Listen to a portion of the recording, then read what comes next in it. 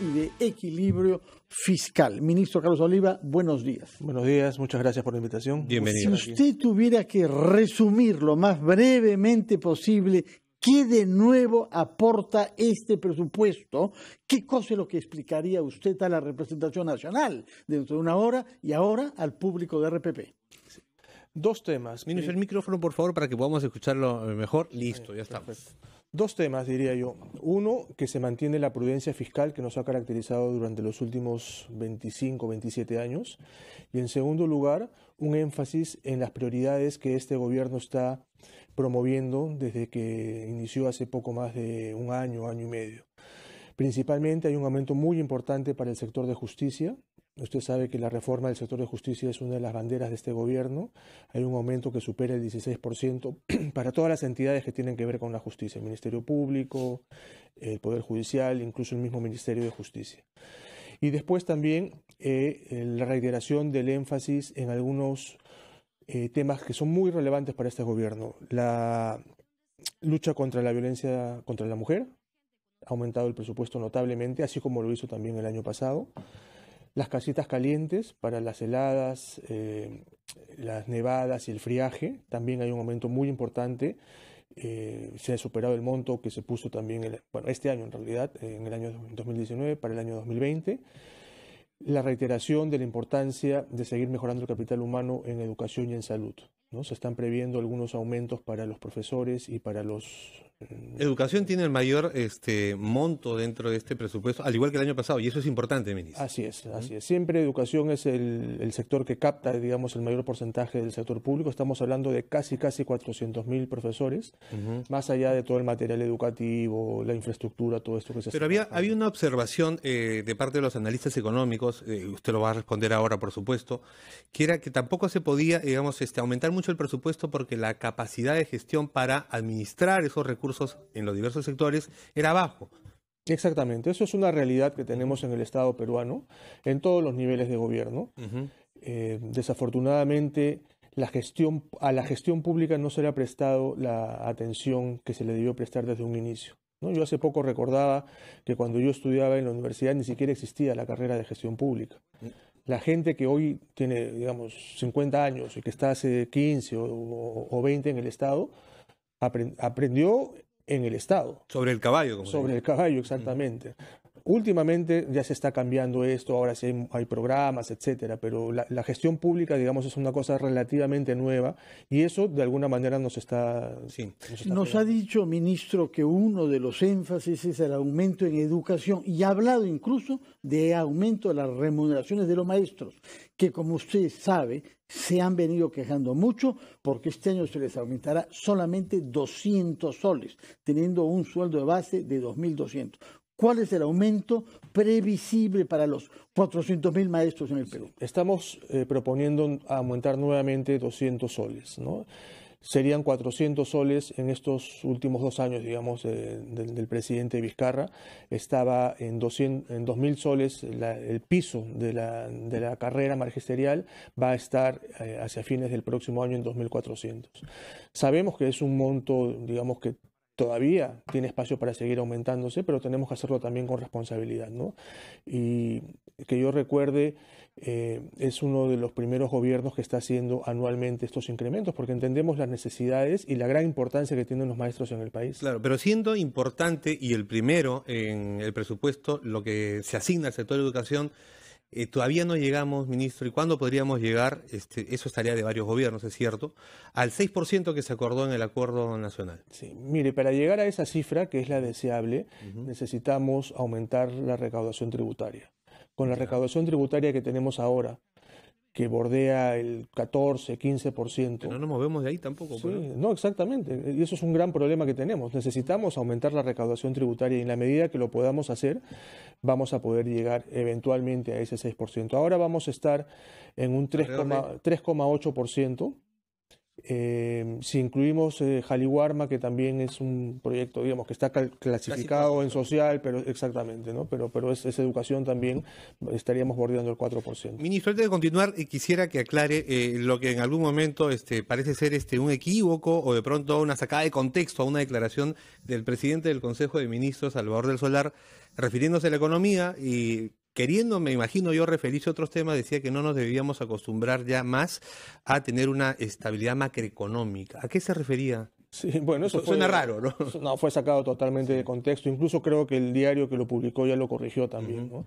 La idea que estábamos transmitiendo en ese evento de hace un par de días es que debemos estar orgullosos de la prudencia fiscal, de la estabilidad económica. Tenemos que consolidarla y preservarla, pero eso no es suficiente.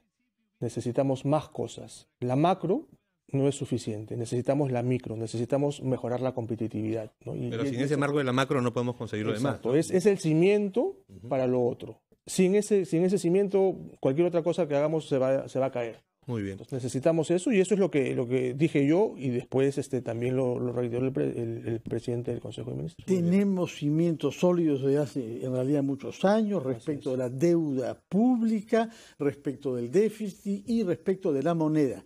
Pero han habido oscilaciones inesperadas en la tasa de crecimiento económico y usted ha tenido que rectificar las cifras de previsión.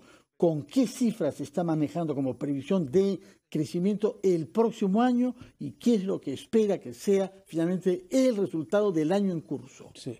Este año estamos previendo una tasa de 3% y el próximo año una tasa de 4%. Estas son proyecciones que se hacen sobre la base siempre de supuestos. Ustedes saben, la economía es una ciencia social, ¿no? Hay un gran componente psicológico también en las decisiones que toman los agentes económicos. Y por más que nos gusta utilizar la matemática y la econometría, al final es imposible saber exactamente o garantizar algún tipo de crecimiento. En el caso peruano en particular, el 54% de las variaciones que tenemos en el PBI depende de factores externos. De qué pasa con Estados Unidos, qué pasa con la China, con la tasa de interés de la Reserva Federal, con los precios del cobre, etcétera, etcétera, ¿no? Entonces, sobre esas variables nosotros tenemos que hacer una serie de supuestos. Y dados esos supuestos podemos llegar a una proyección, en este caso de 3% para este año y 4% para el próximo. Nosotros utilizamos los supuestos internacionales del Fondo Monetario Internacional principalmente y del consenso de los analistas internacionales para el precio del cobre, para la tasa de interés de Estados Unidos, etcétera, etcétera. Pero hay un 46% que sí depende del ambiente interno, y allí nosotros tenemos una serie de proyectos de inversión grandes que están desde el año pasado, se han desplegado, tanto mineros como no mineros, y que confiamos que van a seguir dándonos ese impulso necesario para aumentar el PBI. ¿Cuáles son los más importantes proyectos con los que usted cuenta? Porque respecto de los mineros, no se ha hecho figurar Tía María. ¿Están dándolo ustedes por no viable? No. A ver, los proyectos que están en las proyecciones son los proyectos que están en ejecución o cuya ejecución tenemos certeza de cuándo va a suceder. El principal proyecto, naturalmente, es Quellaveco, ¿no? Que son más de 5.300 millones de soles. En el caso de Tía María, la misma empresa manifestó en su momento que más allá de la licencia de construcción, ellos todavía no iban a empezar a construir porque entendían que había un clima social. Entonces, mientras no sepamos el momento en que ellos decidan construir, no nos parece responsable incluirlo dentro de las proyecciones. Una vez que eso se solucione, seguramente van a ser incluidos. De acuerdo, vamos a ir a una pausa, si nos permite, ministro, después de la cual quisiera que nos hable algo sobre las propuestas respecto al canon que está usted formulando, así como los dos planes que, independientemente de este presupuesto, usted está presentando, el plan de competitividad y el plan nacional de infraestructura. Regresamos con el ministro de Economía y Finanzas, Carlos Oliva, después de una breve pausa.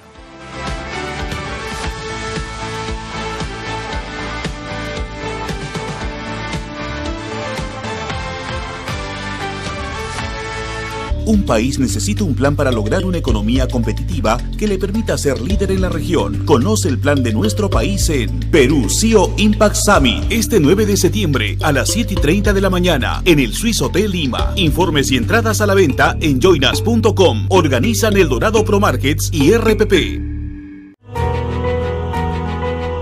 cumpliendo su compromiso ambiental con la región Tacna, Sauder Perú convirtió la bahía de Ite en un nuevo ecosistema de humedales con impacto positivo en el desarrollo de la zona. Estos humedales se han convertido en una de las áreas de refugio de aves más importantes del país.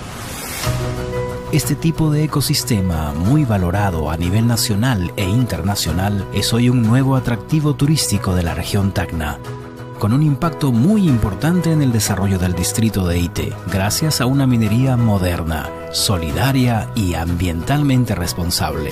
Sauder seguirá invirtiendo y apoyando este nuevo ecosistema, protegiendo a las aves, generando conciencia sobre la importancia de su conservación y promoviendo este nuevo polo turístico en el Perú y el extranjero. Sauder Perú, 59 años comprometidos con el Perú. Este fue el segundo Foro Mujeres de Cambio, organizado por RPP.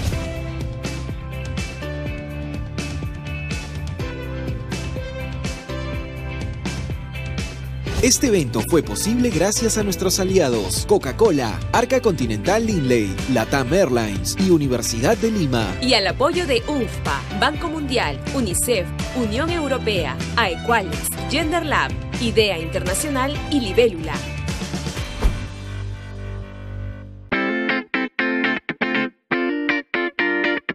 No hay una fórmula mágica para que puedas organizar tus gastos. Sin embargo, te propongo esta estructura simple para que tengas una forma más adecuada de organizar tu dinero. El 10% de tu remuneración, guárdalo y ahórralo. El 20% utilízalo en tus metas de felicidad, en lo que te haga feliz, en tus gastos personales. El 30%, si tienes créditos pendientes o a lo mejor un alquiler que pagar, debe ser destinado para ese rubro. Y el 40% para lo que se conoce como gastos básicos. La comida, la alimentación, la luz, todo lo que necesitas para vivir día a día. Es muy importante que plantees una estructura y que esta estructura se adecue a tu realidad personal.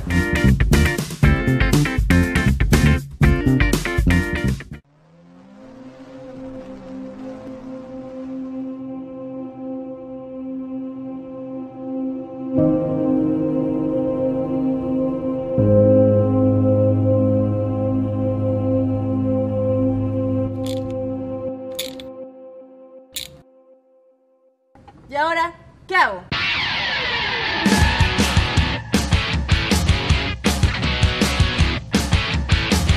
Todos los lunes a las 10 de la noche. Al Volante por RPP TV. Todos los peruanos que tengan los apellidos que figuran en una lista de la Embajada de España accederán a la nacionalidad española inmediatamente. Hay mentiras disfrazadas de noticia. Fíjate en la información, pero también en quién te la da. Felizmente existe RPP. Confianza por todos los medios. Radio Oxígeno.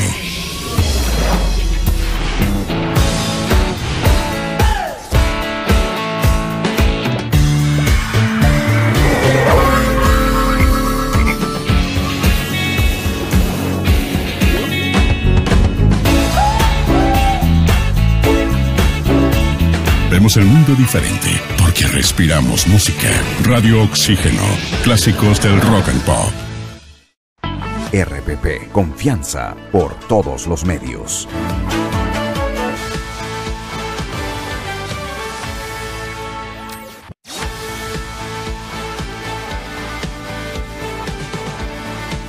Son las 8:20 de la mañana, estamos entrevistando al ministro de Economía y Finanzas, Carlos Oliva, que nos ha dicho que el presupuesto que sustentará hoy ante el Congreso da muestras de prudencia fiscal y que tiene como prioridad el aumento en justicia y en educación. Nos ha adelantado que los salarios de los 400.000 maestros serán aumentados en 200 soles al mes. Nos ha hablado también sobre los grandes proyectos de inversión, entre ellos mineros, y a propósito de eso queremos preguntarle qué cosa está proponiendo usted como cambios en el régimen del canon que las empresas mineras pagan en el Perú. Aquí lo que estamos evaluando es institucionalizar lo que es el adelanto del canon, que es un mecanismo por el cual se hacen unas proyecciones de cuánto de canon van a pagar las empresas mineras dentro seguramente de 4 o 5 años, porque eso es lo que toma, digamos, armar una mina. Y la idea es adelantar ese canon a través de un préstamo y en vez de que lo reciban dentro de 5 años, que lo empiecen a recibir desde ahora. Una parte de ese canon, naturalmente. Prorrateado, exacto. Una parte, un 20, un 25% de lo que vas a recibir, lo puedes empezar a recibir ahora. ¿Lo entrega el Estado o la empresa? El Estado. ¿No? Sería una especie de préstamo que le hace el Estado a la municipalidad. Llega, los impuestos que luego se van a traducir. Exacto, y en 5 años o en 6, cuando llegue esa plata, y ahí el gobierno central. A propósito de eso, ministro, ¿ha escuchado usted a un congresista seguro decir que las mineras no pagan impuestos, que a las mineras nada más se les devuelve el IGB y que en realidad no le dejan nada al Estado peruano?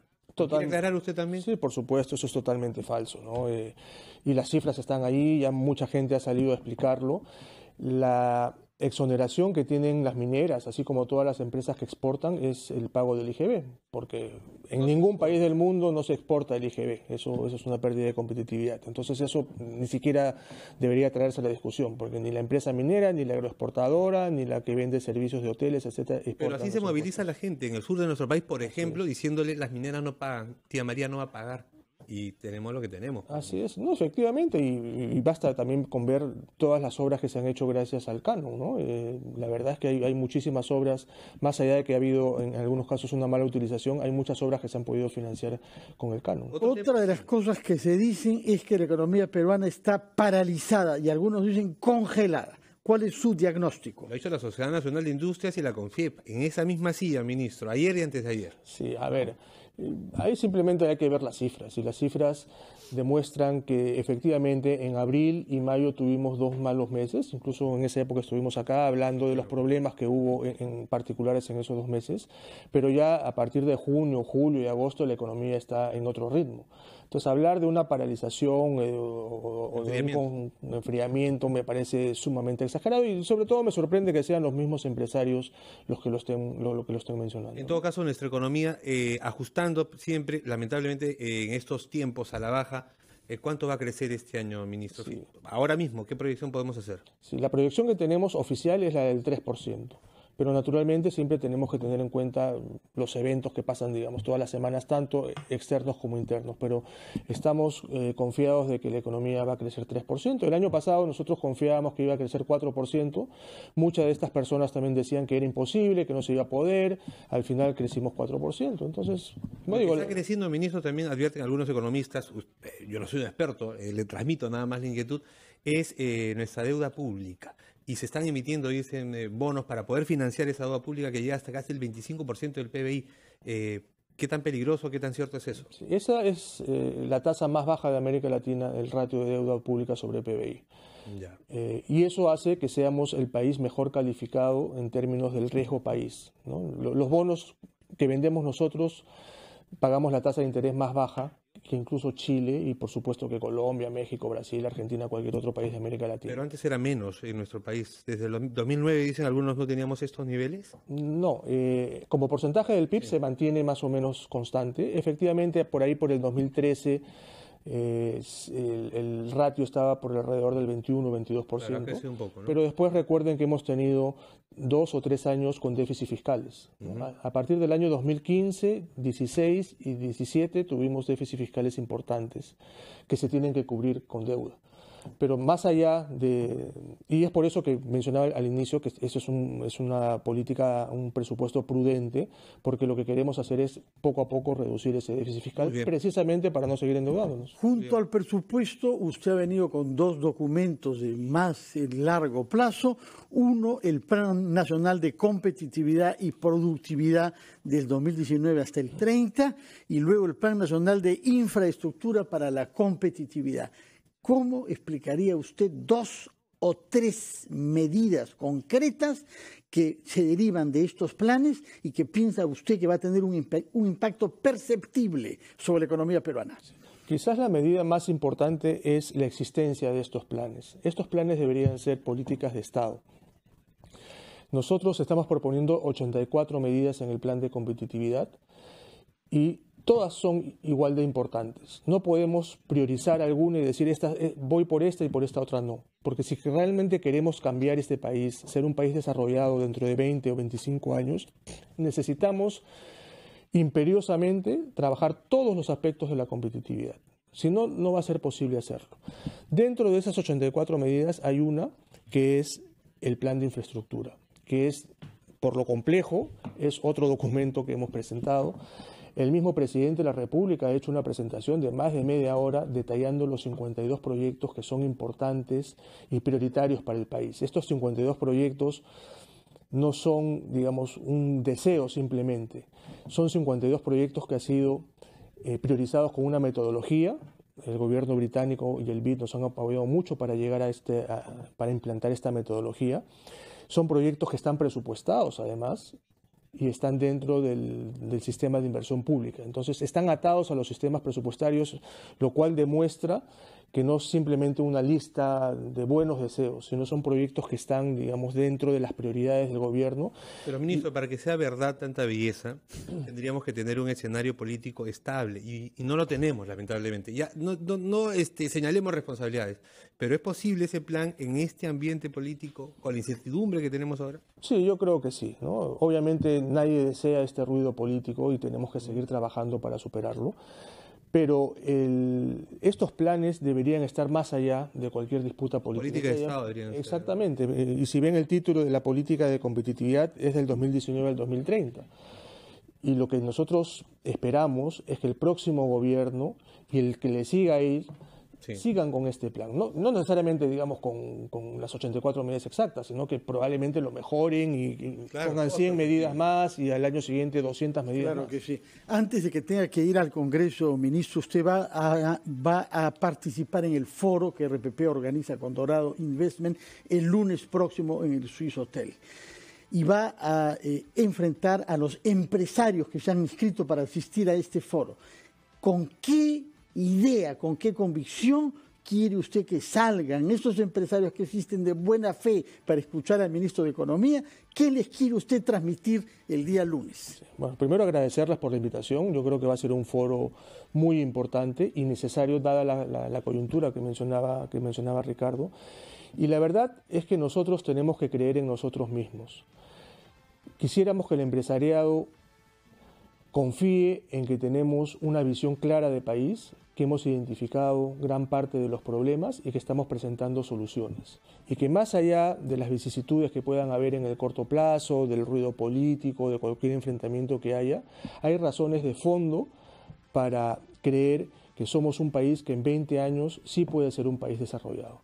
Y si no nos la creemos, definitivamente no lo vamos a lograr. Y cuando digo nos la creemos, se la tiene que creer el empresariado y se la tiene que creer también el sector público, que tiene, como todos sabemos, una serie de problemas y deficiencias, pero estamos haciendo el mejor esfuerzo por superarlas y por tener una visión compartida de país. Muchas gracias por su presencia hoy, ministro Carlos Oliva. Muchas gracias también por participar en el foro Competitividad para el Desarrollo que organiza el lunes RPP y Dorado Investment. Muchas gracias y mucha suerte en el Congreso, ministro Carlos Oliva. Muchas gracias. Vamos a hacer una pausa, después de la cual recibiremos al congresista Daniel Salaverry, que nos dará su punto de vista no sobre el presupuesto, sino sobre la actividad política en nuestro país.